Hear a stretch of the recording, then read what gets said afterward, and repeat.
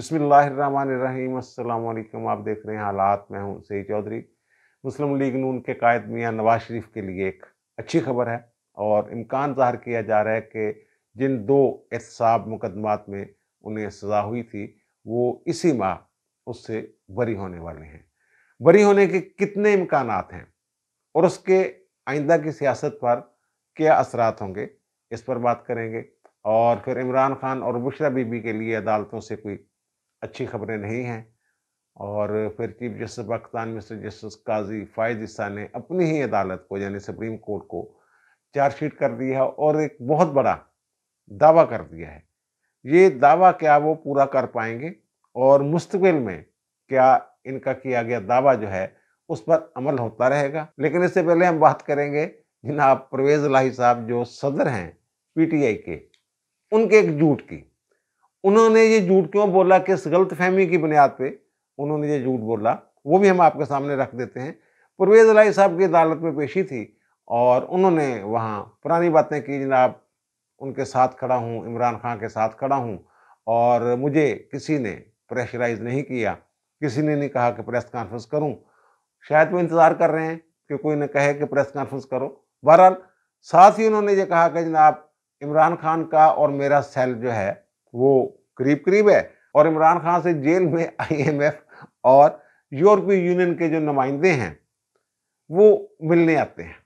इस तरह की बात उन्होंने कर दी और बहरहाल जब उन्होंने बात की तो वो बात तो वैसे ही दिल को नहीं लग रही थी। तो लोगों ने पता किया, फिर अखबार रिवीज पढ़ गए, बीच में साफ़ी पढ़ गए, उन्होंने जेल हकाम से रब्ता किया और फिर जेल हकाम ने बाकायदा इसकी जो तर्जमान है उसने तरदीद जारी की। उन्होंने कहा जनाब पहली बात तो ये है कि जब से ये जेल में गए हैं दोनों, कडियाला जेल में, परवेज इलाही और इमरान खान, इनकी आपस में मुलाकात ही नहीं हुई।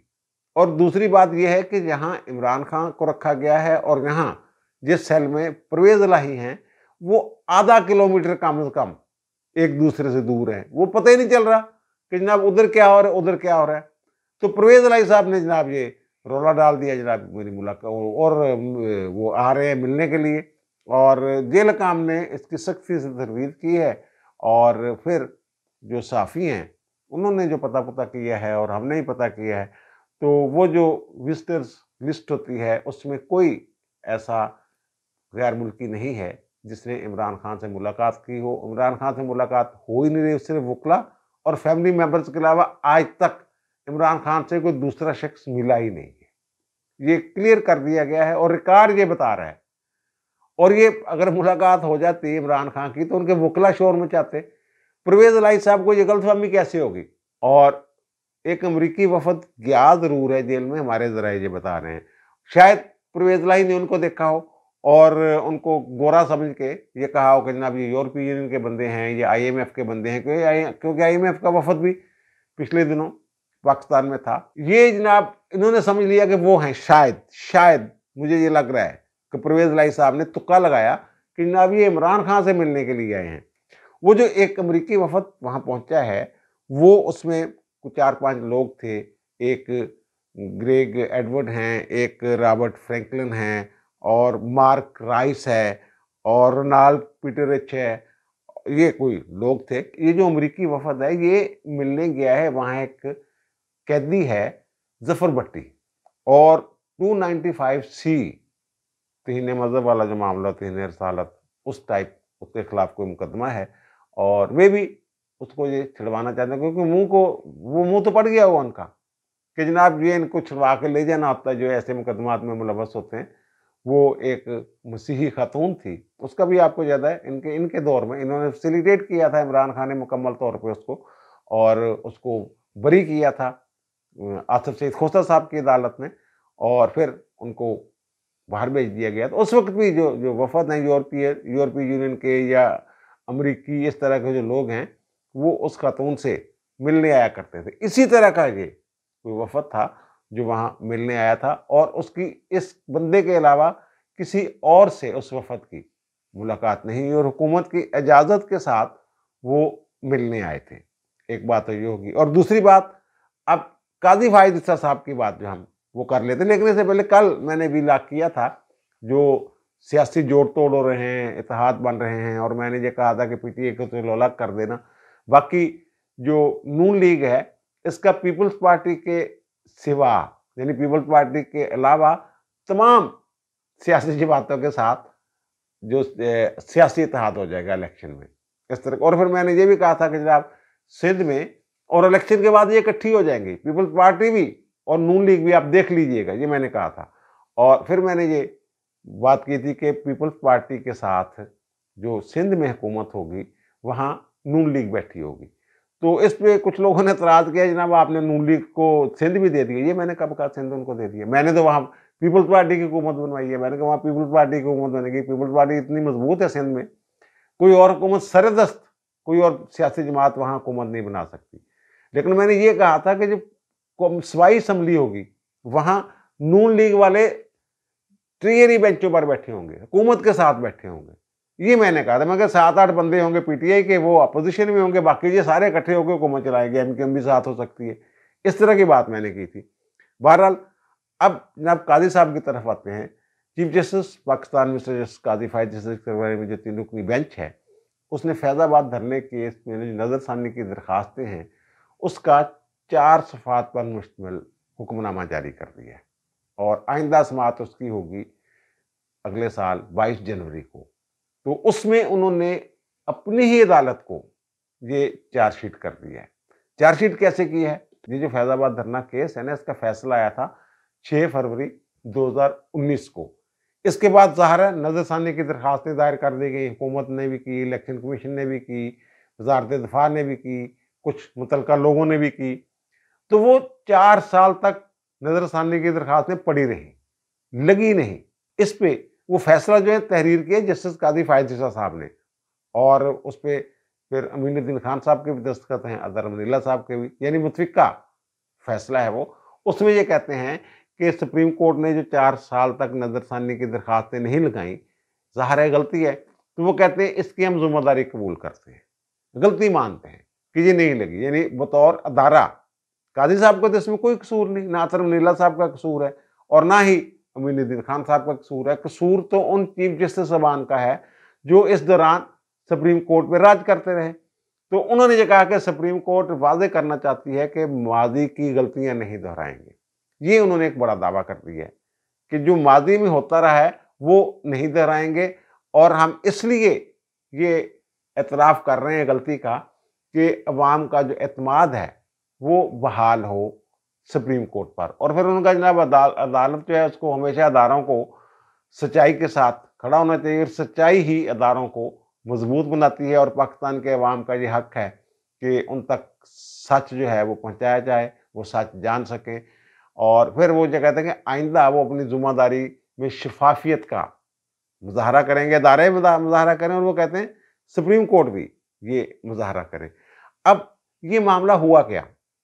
हुआ ये कि ये 6 फरवरी 2019 को जो फैसला दिया जिसमें फैज़ हमीद साहब और दीगर जो फौजी लोग थे मुलव्वस फैज़ाबाद धरने से मुतल्लिका जो लोग थे, उनके खिलाफ कार्रवाई की हदायत की गई। और फिर जो 12 मई 2007 को सानेहा हुआ था जिसमें 50-55 लोग शहीद हो गए थे कराची में, जब वो बहाली की तहरीक चल रही थी इफ्तिखार मोहम्मद चौधरी साहब की, उसका जिक्र हुआ, कुछ और धरनों का जिक्र भी था उसमें, इस तरह की बातें उसमें थी। तो अब जो ये फैसला लिखा है इन्होंने, उसमें उन्होंने ये लिखा है कि जनाब वो जो पहला फैसला था 2019 वाला फैज़ाबाद धरना केस का, उसमें जो पुरतशद्दद वाक़यात का वो मैंने निशानदेही की थी अदालत ने, तो वो इसलिए की गई थी कि मुस्तकिल में ऐसे वाक़यात वक़ूअ पज़ीर ना हों। वो कहते हैं जनाब ज़ेर इल्तवा रख के इन दरखास्तों को ये एक मौका दिया गया हुकूमत को कि जनाब इस हुक्मनामे पर, अदालती फैसले पर अमल दरामद ना हो। उसका नतीजा क्या निकला? उसका नतीजा निकला 9 मई के जो वाक़यात हुए, जो जिनाह उसमें हमला हुआ, core commander house, GHQ, Mianwali airbase, ISI के दफातर, वहाँ जो हमले हुए हैं, वो कहते हैं वो अगर फैसले पे अमल दरामद ना होने की वजह से 9 मई वाले वाक़यात जो हैं, जैसा वाक़या जो है वो वक़ूअ पज़ीर होगा। अब उन्होंने जो दरखास्तें ना लगने की वजह जो है वो उन्होंने तहरीरी तौर पे लिख दी है। इन्होंने 2 एडिशनल रजिस्ट्रार जो हैं उनसे रिपोर्ट मांगी। 2 एडिशनल रजिस्ट्रार, एक एडिशनल रजिस्ट्रार फिक्सचर जो काज लिस्ट वगैरह जारी करता है मुकदमात की और बनाता है, और मंजूरी तो चीफ जस्टिस ने देनी होती है, और दूसरा एडिशनल रजिस्ट्रार जुडिशियल, उसका भी यही काम होता है। उन दोनों से रिपोर्ट मांगी और दोनों ने मुतफिका तौर पे ये रिपोर्ट दी। दोनों की जॉइंट रिपोर्ट है, वो ये कहती है कि 25 अप्रैल 2019 को जो काज लिस्ट थी उसमें हमने इन नजरसानी की दरखास्तों को शामिल किया था। वो ये कहते हैं कि 1:12 पे हमने काज लिस्ट में शामिल किया, फाइनल काज लिस्ट उसमें शामिल किए नजरसानी की दरखास्तों को, लेकिन 5 उसी दिन 25 अप्रैल 2019 को ही 5 शाम को 6 पर वो काज लिस्ट से हज़फ कर दिया गया केस, वो दरखास्तें हज़फ कर दी गई। और हज़फ किसने की? जो उस वक्त के चीफ जस्टिस थे। और उस वक्त के चीफ जस्टिस कौन थे? उस वक्त चीफ जस्टिस थे आसिफ सईद खोसला साहब। और वो कहते हैं, रिपोर्ट ये कहती है कि बाद में भी जो अहम केस होते हैं उनकी जो लिस्ट होती है उसमें ये दरखास्तें शामिल रहीं, लेकिन किसी चीफ जस्टिस ने ये हदायत नहीं की कि इन दरखास्तों को समाअत के लिए मुकर्रर कर दिया जाए। और उसके बाद जज कौन थे? गुलजार अहमद साहब थे और बंदयाल साहब थे। दोनों दबा के बैठे रहे 4 साल तक, और उसका नुकसान 9 मई। और वो मुदाखलत सियासी मुदाखलत, ये वो अब तक वो मामला नहीं रुक रहे, उसी तरह चल रहे हैं। अगर उस वक्त कार्रवाई हो जाती तो सूरत मुख्तलिफ हो सकती थी। तो उन्होंने ये कहा कि जनाब अब कमीशन बन गया, इंक्वायरी कमीशन, तो उम्मीद करते हैं कि 2 महीने के अंदर अंदर ये कुछ ना कुछ करेगा और फिर ये रिपोर्ट हमें भी देगा और फिर 22 जनवरी को हम इसको देखेंगे। अच्छा, नज़रसानी की दरखास्तें लग क्यों नहीं रही थी? ज़ाहिर है जो नज़रसानी से मुतल्लिका रूल्स थे सुप्रीम कोर्ट के, वो तो यही कहते थे कि उसी बेंच के सामने केस लगना है जिसने पहले फैसला दिया है, या फिर कम अज कम जो आथर है, जो जजमेंट का आथर है, वो जरूर उस बेंच में शामिल होगा। और वो आथर थे जस्टिस काजी फायज ईसा साहब, और दूसरे रुकन थे मुशीर आलम खान साहब। और मुशीर आलम खान साहब जो है ये 17 अगस्त 2021 को रिटायर हो जाते हैं। इसका भी जिक्र किया उन्होंने अपने फैसले में, लेकिन फैसला 2019 था, 21 तक तो ये लगा ही नहीं किसी अदालत में भी। और फिर काजी साहब के पास तो लगना था हर हाल में, और काजी साहब के पास क्यों नहीं लगाया जा रहा था? क्योंकि इनको ये लग रहा था कि जैसे मुशीर आलम साहब चले गए हैं, काजी साहब भी घर चले जाएंगे। इनको घर भेजने की जो प्लानिंग थी उसको मद्देनजर रखा जा रहा था कि जनाब इन्हें तो घर ही चले जाना, इन्हें क्योंकि रेफरेंस आ गया उन्होंने खिलाफ। वो फरवरी 2019 को फैसला देते हैं और मई 2019 को उनके खिलाफ, काजी साहब के खिलाफ एक रेफरेंस फाइल कर दिया जाता है सुप्रीम जस्टिस काउंसिल में। 7 के आगा के खिलाफ, जो कराची के जज हैं, उनके खिलाफ भी एक रेफरेंस फाइल कर दी। वो तो एम ही बस उन्होंने लपेटा गया बिचों कि जनाब असं सारे के खिलाफ ही कार्रवाई कर रहे हो। उनकी जो अहलियाँ हैं वो भी जो गैर मुल्की शहरी हैं, तो उनके भी जनाब गैर मुल्की हिसाब से। अब वो कहाँ है? के आगा वाला केस का कभी सुना है? किधर गया वो? काजी साहब के पीछे चढ़े रहे। और फिर काजी साहब जो हैं उन्होंने उसको चैलेंज कर दिया सुप्रीम कोर्ट में, और फिर सुप्रीम कोर्ट ने जून 2020 में उनके खिलाफ जो रेफरेंस था वो कलअदम कर दिया। बंदयाल साहब ने वो जजमेंट लिखी थी, और लेकिन साथ ही अक्सरियत राय से फैसला था, लेकिन साथ ही उसके उन्होंने ये कर दिया कि जनाब FBR जो है वो इंक्वायरी करेगी उन मामला की जो उन पर इल्ज़ाम हैं, और फिर वो रिपोर्ट सुप्रीम जस्टिस काउंसिल को देगी। फिर उस पर नज़रसानी की दरख्वास्त फाइल हुई, और वो नज़रसानी की दरख्वास्त जो है वो अक्सरियत राय से मंजूर होगी, यानी कि रेफरेंस भी ख़त्म और इंक्वायरी सारा कुछ ख़त्म हो गया। तो ये इन चक्रों में पड़े हुए थे कि जनाब काजी के पास केस लगाने की ज़रूरत ही नहीं है। काजी ने पहले बड़ा ठोक बजा के फैसला दिया है, तो अब काजी ने तो घर पर जाना तो की जरूरत है इनको लगन दी भी। देखेंगे नवा कोई काजी तो बाद जड़ा बंदा आएगा, लेकिन काजी साहब भी बच गए, वो केस भी पड़ा हुआ है, कार्रवाई भी हो रही है, नज़रसानी की दरखास्तें भी वापस ली जा चुकी हैं।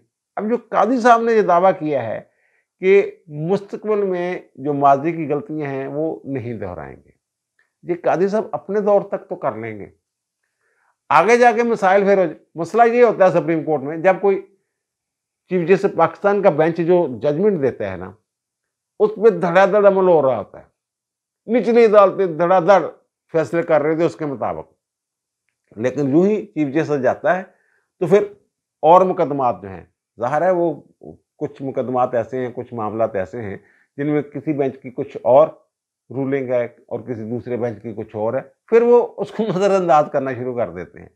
अब काज़ी साहब अपने दौर में तो जो उन्होंने ये कहा है, एक बड़ा दावा है कि माज़ी की गलतियाँ नहीं दोहराएँगे। जो भी होता रहा माज़ी में, जो माज़ी में नज़रिया ज़रूरत के तहत फैसले नहीं आया करते थे सुप्रीम कोर्ट से और आला अदालतों से, उस हवाले से भी जो परवेज़ अहमद शर्मा का पीसीओ वाला केस था, जो उन्होंने पीसीओ जारी जजों को घर नहीं भेजा था, ये 3 नवंबर 2007 का पीसीओ, उसके खिलाफ जो जजमेंट आई थी 2009 में, उस वक़्त भी फुल कोर्ट ने ये रिपेंट का लफ्ज़ इस्तेमाल किया था कि नज़रिया ज़रूरत का इस्तेमाल होता रहा है। उस पे अफ़सोस का इज़हार किया था और कहा था आइंदा ये नहीं होगा। लेकिन बाद में नज़रिया ज़रूरत से बढ़ के जो हमख़याल बेंचेज़ हैं, जो साकिब निसार साहब करते रहे हैं, वो नज़रिया ज़रूरत से भी आगे निकल गए। जो उनके दिल में होता था वही हुक्म जारी कर देते थे। आइन रीराइट कर दिए गए। निचली अदालतों का दायरा इख्तियार खत्म कर दिया गया। सारा कुछ अपने पास मंगवा लेते थे साकिब निसार साहब, ये नून लीग को रगड़ा लगाने के लिए, और वो नहीं हुआ बाद में अमल। अब काज़ी साहब ने जो कहा है, काज़ी साहब के बाद एजाज अल एहसन साहब हैं चीफ जस्टिस, अगर वो रहते हैं तो फिर क्या होगा? फिर वो माजी में जा सकते हैं, वही सूरत-ए-हाल हो सकती है जैसे माजी में होता रहा है। लेकिन बहरहाल अब तो supreme court practice and procedure act आ गया हुआ है और उस पे अमल दरामद भी हो रहा है, तो अब सूरत-ए-हाल मुख्तलिफ हो सकती है। हो सकता है काज़ी साहब ने जो दावा किया है वो आगे जाके सच साबित हो। और फिर दूसरा जो नवाज शरीफ के लिए मैं कह रहा हूँ अच्छी खबर है, और इमरान खान और उनकी अहलिया के लिए कोई अच्छी खबरें नहीं हैं अदालती हवाले से। तो वो जो साइफर केस में जो अपील, इनकी जो दरख्वास्त ज़मानत मुस्तरद हुई थी इस्लामाबाद हाई कोर्ट से, उसके खिलाफ जी इन्होंने अपील फाइल कर दी है सुप्रीम कोर्ट में, इमरान खान साहब ने। और ये देखें कि जो काज़ी साहब ने कहा ना माजी की तरह नहीं होगा, ये नहीं है कि वो पड़ी हुई है और पड़ी रहेगी। वो फाइल होते सारी उसको नंबर लग गया और साथ ही बेंच बन गया। वो जो बेंच नंबर 2 है, मेरे ख्याल काज़ी साहब इमरान खान के मुकदमा नहीं सुनेंगे। जो बेंच नंबर 2 है, जस्टिस सरदार तारक मसूद साहब हैं, उसमें जस्टिस याहिया अफरीदी साहब हैं और जस्टिस आयशा मलिक साहब हैं। उसके रूबरू लग गया है वो, और वो 22 नवंबर को इस दरखास्त की समाअत करेगा। अब वो जो बेंच है वो तो सीधा-सीधा कानून पर चलने वाला है। याहिया अफरीदी साहब तो वो जज हैं कि उन्होंने जो रेफरेंस था काज़ी फाइज़ ईसा के खिलाफ, काज़ी साहब ने खुद उसको चैलेंज किया। उन्होंने काज़ी साहब की दरखास्त जो है वो एंटरटेन ही नहीं की थी। उन्होंने इख्तिलाफ किया था कि काज़ी साहब खुद नहीं आ सकते, लेकिन हाँ, जो वुकला की दरखास्तें थी, बार काउंसिलों की दरखास्तें थी, बार एसोसिएशनों की दरखास्तें थी, उन पे उन्होंने फैसला दिया था। जनाब काज़ी साहब के खिलाफ जो रेफरेंस है वो गलत है। वो इस तरह के याहिया अफरीदी साहब जो हैं वो आदमी हैं, तो वो तो कानून पे चलने वाले हैं, और कानून हाई कोर्ट में भी वही है, सुप्रीम कोर्ट में भी वही है। वो मैं अर्ज़ कर चुका हूँ पहले कि जनाब ये जब ट्रायल शुरू हो जाए, फ़र्द जुर्म आयद हो जाए, तो फिर बहुत कम चांसेस होते हैं कि जनाब बेल हो, कोई चांसेस होते नहीं हैं। बहरहाल उनका दूसरा मामला भी चल रहा है, इस्लामाबाद हाई कोर्ट में भी चल रहा है, वो जो जेल ट्रायल वाला मामला है। और जो जेल ट्रायल में जो गुल हसन औरंगज़ेब साहब हैं, वो उनकी सरबराही में 2 रुकनी बेंच है ना, तो वो जनाब कह रहे हैं कि हालाँकि कल एक दिन पहले चीफ जस्टिस आमिर फ़ारूक साहब ने जजमेंट दी थी कि जो जेल में जो ट्रायल हो रही है, वो ओपन ट्रायल होता है। तो ये, और उन्होंने ये भी कहा था हुकूमत और जो जेल हकाम हैं, ये सिक्योरिटी को मद्देनज़र रखते हुए उसको भी मद्देनज़र रखें, लेकिन वहाँ जो लोग हैं, आम लोगों की रसाई जो है, वो कमरा अदालत तक जो जेल में है, जहाँ ट्रायल होता है, वहाँ तक यकीनी बनाया जाए ताकि ये तासर ख़त्म हो गई जनाब, वो इन कैमरा प्रोसीडिंग हो रही है। तो अब उन्होंने पीर तक गुल हसन औरंगज़ेब साहब ने वो समाअत मुलतवी कर दी है जेल वाले मामले की। और वैसे ये तयशुदा असूल है, अब करना चाहे तो पता नहीं क्या करेंगे, लेकिन तयशुदा असूल है कि कानूनी मुशगाफियों में नहीं जाया जा सकता, या कानूनी मुशगाफियों में पढ़ के बरीकियां च पै के किसी फैसले को कलअदम नहीं किया जा सकता। अगर उनकी अदालत जो है, जो उन्हें अब तक ट्रायल हो चुका हुआ है, वो मेरा ख्याल है बरकरार रखेंगे। वो जेल से बाहर आता है, जेल में आता है, वो कह रहे हैं जनाब जेल में इसलिए ट्रायल ज़रूरी है कि जनाब वो वज़ीर-ए-आज़म रहे हुए हैं और ख़ुद उन्होंने दरख्वास्तें दी हुई हैं, ख़ानदान वालों ने दरख्वास्तें दी थी कि जनाब इनकी जान को ख़तरा है, तो इसलिए जेल में कर रहे हैं। जेल में माज़ी में भी होते रहे, नवाज शरीफ के कई ट्रायल जेल में हुए हैं, आसिफ ज़रदारी का ट्रायल जेल में हुआ था, कई लोगों के जेल में ट्रायल हुए, तो ये कोई अनोखा है कहने कि जेल ट्रायल नहीं हो सकता। तो बहरहाल इन्हों अगर जेल तो बाहर भी आ जाए ट्रायल, तो अगे गल बनती नज़र नहीं आ रही। केस बड़े मजबूत ने, इस्तगासा। वो जो अटॉर्नी जनरल के खाते में डालने के, अटॉर्नी जनरल ने कहा जब वो गुलशन और ने कहा कि जनाब ये तो इसमें जो दफ़ा लगी हुई है सज़ाए मौत हो सकती है, तो उन्होंने कहा नहीं यदि उम्मीद नहीं, यानी और उनके वकील ने, राजा अकरम ने कहा, सलमान अकरम ने, कि जनाब इसका मतलब है कि प्रोसिक्यूशन को यकीन नहीं है। और भाई मेरे तो ज़रूर सज़ाए मौत दिलवानी है। उन्होंने कहने का मतलब है सज़ाए मौत नहीं 14 साल सज़ा होएगी। बहरहाल देखते हैं आगे क्या होता है। और दूसरा जो नवाज शरीफ की अपीलें हैं एवनफील्ड रेफरेंस में और जो अल अज़ीज़िया रेफरेंस है उसमें उन्हें सज़ाएँ हुई थी, उनके खिलाफ उनकी जो अपीलें हैं वो भी समाअत के लिए मुकर्रर हो गई हैं। और 21 नवंबर को chief justice Islamabad high court Aamir Farooq साहब और जस्टिस गुल हसन औरंगजेब साहब जो हैं उनकी समाअत करेंगे। अच्छा ये भी, और नैब की एक दरखास्त है वो गल्फ स्टील वाली, उसमें उस रेफरेंस से बरी हो गए थे नवाज शरीफ, उसकी भी समाअत होगी। तो अब वो जो अरशद मलिक ने सुनी थी ना गल्फ वाली भी उसने सुनी थी, गल्फ स्टील वाली भी, और अजीजिया स्टील वाली भी उन्होंने सुनी थी। वो दोनों अपीलें जो हैं वो नैब की और उनकी, वो भी इसी बेंच में लगी हुई हैं आमिर फारूक साहब के। अब आमिर फारूक के बारे में तो ये जनाब धड़ाधड़ बातें हो रही हैं, पीटीए वाले शोर मचा रहे हैं। आपको याद है जब मुसर्रत जमशेद चीमा के साथ टेलीफोन पर गुफ्तगू हुई थी इमरान खान की, तो उन्होंने भी कहा था कि आमिर फारूक जो है वो तो उनके साथ मिला हुआ, तो उनका बंदा, इस तरह की बातें। अब पीटीआई वाले भी यही बातें कर रहे हैं और एतराज़ भी कर रहे हैं उनके ऊपर कि जनाब ये तो हमारी सुनता ही नहीं है। वो जो उनकी अहलिया है बुशरा बेगम, उनकी जो दरख्वास्त थी उन्होंने ये कहा हुआ था जनाब मेरी और मेरे शौहर की जेल में है वो तन्हाई में मुलाकात करवाई जाए, वहाँ जेल का कोई ना कोई बंदा मौजूद होता है। तो उस पर जो इनके वकील थे आमिर फारूक साहब के सामने लगा हुआ था, उन्होंने कहा जनाब ये आप तो जितनी भी दरख्वास्तें हैं हमारे खिलाफ ही फैसले करते हैं, हमें आपसे इंसाफ की तवक्को नहीं है, इसको किसी और बेंच में भेज दिया जाए। पहले इमरान खान ने एतराज़ किया था, वो एतराज़ मुस्तरद हो गया था, लेकिन ये नहीं याद इनको कि आमिर फारूक साहब ने कितने मुकदमात में, दर्जनों मुकदमात में एक ही दम इनको रिलीफ दे दिया था, ये याद नहीं इनको। और फिर उन्होंने भी ज़ाहिर वो साकिब निसार साहब के जूनियर रहे होंगे, तो उनको भी बहुत सारी चीज़ें आती हैं, तो उन्होंने जनाब कहा कि जाओ हो ये तो आप गलत कर रहे हैं। लेकिन बहरहाल पाकिस्तान बार कौंसिल से वकला से पूछ लेते हैं कि ये एतराज़ बनता है। इस्लामाबाद बार कौंसिल को नोटिस कर दी है उन्होंने, और Islamabad high court bar association को नोटिस कर दी है जनाब के आइंदा समाअत पर तारीख सिर्फ सुनिया देती कोई नहीं होते। बहरहाल वो इतना बड़ा केस भी नहीं था। जस्टिस आमिर फारूक साहब का मैं जिक्र इसलिए कर रहा हूँ कि ये उस बेंच के सरबराह हैं जिसने नवाज शरीफ की अपीलों की 21 नवंबर को समाअत करनी है। अच्छा दूसरे रुकन हैं गुलशन औरंगजेब साहब। गुलशन औरंगजेब साहब आप देख रहे हैं जो रिमार्क्स वगैरह आ रहे हैं, जैसे इमरान खान की मोहब्बत में वो मुब्तला होता है इस तरह की बात में, और वैसे भी वो कज़न है, फर्स्ट कज़न है उमर अयूब के जो पीटीआई के जनरल सेक्रेटरी हैं, तो वो दूसरे रुकन हैं। तो अब गुलशन औरंगजेब साहब के लिए एक मसला बन गया हुआ है इस केस में, वो ये है कि जब नवाज शरीफ एवनफील्ड रेफरेंस में नवाज शरीफ, सफदर, कैप्टन सफदर और मरीम नवाज की जमानतें मंजूर हुई थी, अतरम नीला साहब के साथ वो ये उस बेंच में शामिल थे गुलशन औरंगजेब साहब, और वो बड़ी लंबी चौड़ी जजमेंट थी। जो ट्रायल कोर्ट का फैसला था उसके एक एक नुक्ते का इन्होंने पोस्टमार्टम किया हुआ उसमें, और ये कहा हुआ कि ये केस बनता ही नहीं, ये सजा बनती ही नहीं थी, इसलिए हम इसकी जमानत मंजूर कर रहे हैं। इस तरह की भी जजमेंट थी। अब अगर ये जो बेल एप्लीकेशन होती है जो उस पर फैसला आता है वो ट्रायल पे या अपील में उसका कोई असर नहीं होता, लेकिन फिर भी गुलशन औरंगजेब साहब ने जो फरमाया हुआ है, जो सिग्नेटरी हैं उस जजमेंट के, अतरम नीला साहब वाली जजमेंट है, तो ये कैसे उससे बदल सकते हैं, इधर हो सकते हैं।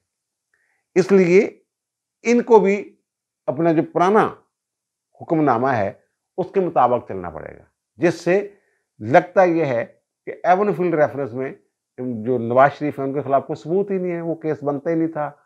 इस तरह की वो इनकी जजमेंट थी, और सुप्रीम कोर्ट ने बड़ा गुस्सा किया सी जनाब एडी लंबी चौड़ी जजमेंट देती तुसी, वो इसलिए लंबी चौड़ी जजमेंट देती उन्हें पता सी ऊपर तुसी हम ख्याल बैठे हो, उन्होंने एक नुक्ते की वजाहत कर देती थी उहदे। तो अब अभी फिर यही इनको देना पड़ेगा फैसला एवनफील्ड रेफरेंस में। और दूसरा जहाँ तक अल अज़ीज़िया वाला मामला है, तो अल अज़ीज़िया रेफरेंस में तो वो अरशद मलिक साहब की वीडियो आ गई हुई है, और बेनज़ीर भुट्टो जो है एचजीएस कटकना केस में उनकी जो बरीयत हुई थी और फिर केस रिमांड हुआ था सुप्रीम कोर्ट से, उनका जो दोबारा इस केस की समाअत करें, उसी नौयत का केस है। और ये हो सकता है, मुमकिन है मेरिट पे फैसला हो जाए, और ये भी हो सकता है कि वो जो केस है वो रिमांड कर दिया जाए, दोबारा साहब अदालत को भेज दिया जाए, जनाब इसका दोबारा जायज़ा लें। और ये भी हो सकता है जो नैब वाले हैं वो ये कहते हैं जनाब अगर रिमांड कर दिया जाए तो हमें कोई इतराज़ नहीं। ये भी हो सकता है ना। पिछली पेशी में भी उन्होंने ये कहा था ना, जब नवाज शरीफ की ज़मानत वाला और अपीलों की बहाली वाला मान लो अपीलें बहाल कर दें, हमें कोई इतराज़ नहीं, हम गिरफ्तार भी नहीं करना चाहते उनको। तो इसी तरह का मामला ये नज़र आ रहा है और लग ये रहा है कि 1-2 पेशियों में ये मामला जो है ये निपट जाना है और फिर वो एक तनाज़ा रह जाएगा कि जनाब वो 62(1)(f) की तशरीह की हुई है उन्होंने, सुप्रीम कोर्ट ने, कितना आजाद नहल होगा और पार्लियामेंट ने ये कानून बनाया हुआ है कि वो 5 साल बाद नहली जो ख़त्म हो जाएगी। वो भी फिर किसी न किसी अदालत में मामला चैलेंज होगा और फिर देखें क्या फ़ैसला आता है। और जो दुनिया में नज़ायर हैं, नज़ीरें हैं, वो यही हैं कि जो पार्लियामेंट है वो जजमेंट के वो अपने कानून साज़ी के ज़रिए किसी अदालती फ़ैसले को गैर मौसर बना सकती है। अब दीजिए मुझे इजाज़त, इंशाअल्लाह ज़रा मुलाकात होगी नए व्लॉग के साथ। अल्लाह ताला आप पर, मुझ पर, हम सब पर मेहरबान रहे। अल्लाह हाफ़िज़।